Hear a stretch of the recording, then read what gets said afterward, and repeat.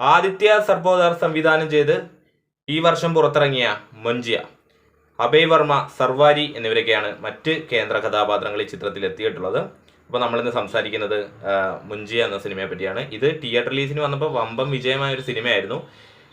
കഷ്ടകാലത്തിന് നമ്മുടെ ഇവിടെ ഒന്നും റിലീസ് ഉണ്ടായിരുന്നില്ല, അതുകൊണ്ട് കാണാൻ പറ്റിയില്ല. അപ്പോൾ നേരെ മുഞ്ചിയ എന്ന സിനിമയിലേക്ക്. എല മിട്ടു എന്ന് പറയുന്ന രണ്ട് കഥാപാത്രങ്ങളിലൂടെയാണ് സിനിമ മുന്നോട്ട് പോകുന്നത്. ഈ രണ്ട് കഥാപാത്രങ്ങളും കഥാനായകനും കഥാനായികയുമാണ്. അങ്ങനെ ഇവരുടെ ലൈഫിൽ, അതായത് ഇവർ തമ്മിൽ രണ്ടുപേരും പ്രായത്തിന് ചെറിയ വ്യത്യാസമുള്ള രണ്ടുപേരാണ്. അങ്ങനെ ഇവരുടെ ലൈഫിൽ ഒരു അപ്രതീക്ഷിത സംഭവം നടക്കുന്നു. ആ സംഭവം എന്താണെന്ന് നിങ്ങൾ സിനിമ കണ്ടുതന്നെ മനസ്സിലാക്കുക. അതിനുശേഷം, ആ സംഭവത്തിന് ശേഷം നമ്മുടെ നായകൻ്റെ ദേഹത്ത് ഒരു സ്പിരിറ്റ് കയറി കൂടുന്നു.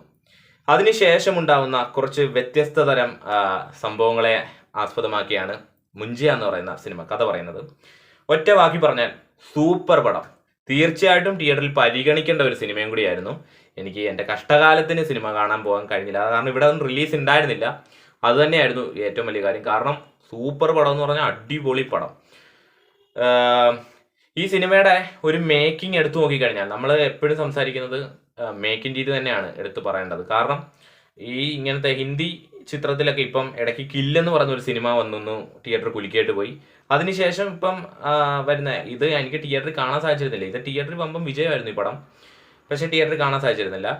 എസ്പെഷ്യലി നല്ല രീതിയിലുള്ള ടെക്നിക്കുകളൊക്കെ ഉപയോഗിച്ചിട്ടാണ് സിനിമ ഇവർ ഉണ്ടാക്കിയെടുത്തിട്ടുള്ളത്. അത്യാവശ്യം നല്ല സൂപ്പർ പടം എന്ന് പറഞ്ഞാൽ എനിക്ക് തീർച്ചയായിട്ടും ഈ ഒരു സിനിമ ഇഷ്ടപ്പെട്ടിട്ടുണ്ട്. കാരണം നല്ല രസമുണ്ടായിരുന്നു കണ്ടുകൊണ്ടിരിക്കാൻ. അഭിനേതാക്കളുടെ പ്രകടനം, അഭയ് വർമ്മയൊക്കെ തകർത്ത് വെച്ചിട്ടുണ്ട്. അടിപൊളി പ്രകടനമായിരുന്നു. രണ്ട് യങ് ആർട്ടിസ്റ്റുകളാണ് പടത്തിൽ മെയിൻ ക്യാരക്ടറിൽ വന്നിട്ടുള്ളത്. പിന്നെ അവിടെ ഇവിടെയൊക്കെ ആയിട്ട് കുറേ കഥാപാത്രങ്ങളുണ്ട്.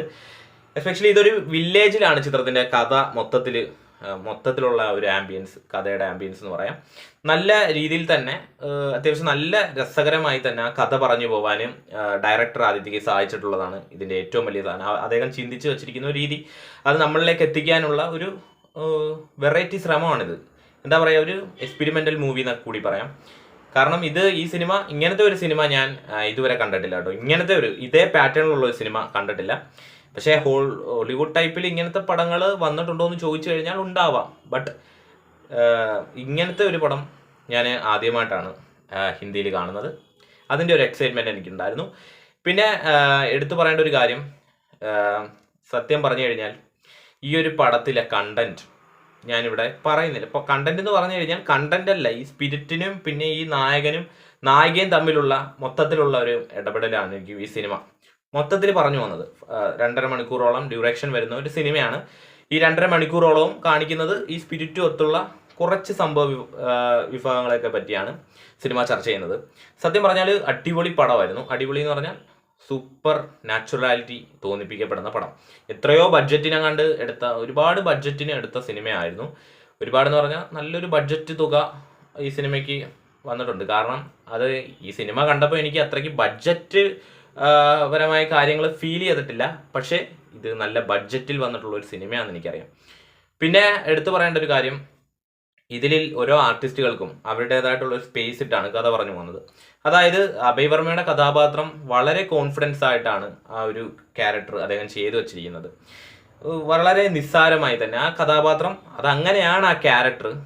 ബട്ട് അത് നല്ല രീതിയിൽ തന്നെ അത് പെർഫോം ചെയ്യാൻ അഭയ് വർമ്മയ്ക്ക് സാധിച്ചു. സർവാരിയുടെ പ്രകടനം കൊള്ളായിരുന്നു. എന്താ പറയുക, ഒരു വെറൈറ്റി സംഭവം തന്നെ. ഇതിൻ്റെ അതായത് ഈ ഒരു സിനിമയുടെ നിങ്ങൾക്ക് കാണണമെങ്കിൽ ഹിന്ദി ഭാഷ പരിഗണിക്കേണ്ടതാണ് ഏറ്റവും നല്ലതെന്ന് പറയാം. നിങ്ങൾ മലയാളമെങ്കിലും അബദ്ധവശാൽ ഒന്ന് കണ്ടു നോക്കിയാൽ അത്യാവശ്യം എന്താ പറയാനുള്ള അറിയാമല്ലോ. ഇപ്പോഴത്തെ ഹിന്ദി സിനിമകൾ കൂടുതലും മലയാളത്തിലേക്ക് ഡബ് ചെയ്ത് വരുമ്പോൾ ഉണ്ടാകുന്ന ഒരു പ്രത്യേകത അറിയാമല്ലോ. അത്തരത്തിലുള്ള പ്രത്യേകതകൾ നിങ്ങൾ നോക്കി ഇരുന്നിട്ട് കാര്യമില്ല. നിങ്ങൾ കാണുവാണെങ്കിൽ നമ്മൾ ഈ ഹിന്ദി സിനിമ പരിഗണിക്കണം. അതായത് ഹിന്ദി ഒറിജിനാലിറ്റി ഫീല് കിട്ടണമെങ്കിൽ നിങ്ങൾ ഹിന്ദി തന്നെ കണ്ടേ മതിയാവും. പിന്നെന്താ, മൊത്തത്തിൽ നല്ലൊരു പടമായിരുന്നു. നിങ്ങളെ അത്യാവശ്യം ഇത് കാണുന്ന ആളെ ബോറടിപ്പിക്കത്തില്ല.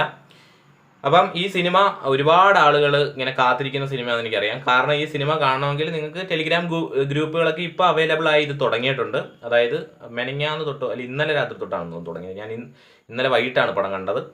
അപ്പോൾ എന്തായാലും ഒരുപാട് സൈറ്റ്സുകളൊക്കെ അവൈലബിൾ ആയി തുടങ്ങി. മുഞ്ചിയ സത്യം പറഞ്ഞാൽ നല്ലൊരു എക്സ്പീരിയൻസ് ആണ്. തിയേറ്റർ എക്സ്പീരിയൻസ് ആയിരുന്നു സിനിമ. കാണാൻ പറ്റുന്നുള്ള വിഷമം ഉണ്ടായിരുന്നു. എന്തായാലും നിങ്ങൾ ഈ സിനിമ കാണുമ്പോൾ ഹെഡ്സെറ്റ് വളരെ ഇമ്പോർട്ടൻ്റ് ആണ്. കാരണം അതുകൂടെ ഉണ്ടെങ്കിൽ പടം വളരെ എൻഗേജ്ഡ് ആയിരിക്കും. കാരണം തിയേറ്ററിൽ നമുക്കിതിൽ ഈ സൗണ്ട് എഫക്റ്റ് കുറച്ച് പ്രാധാന്യം കൊടുത്ത് മുന്നോട്ട് പോകുന്ന ഒരു സിനിമയും കൂടിയാണ്.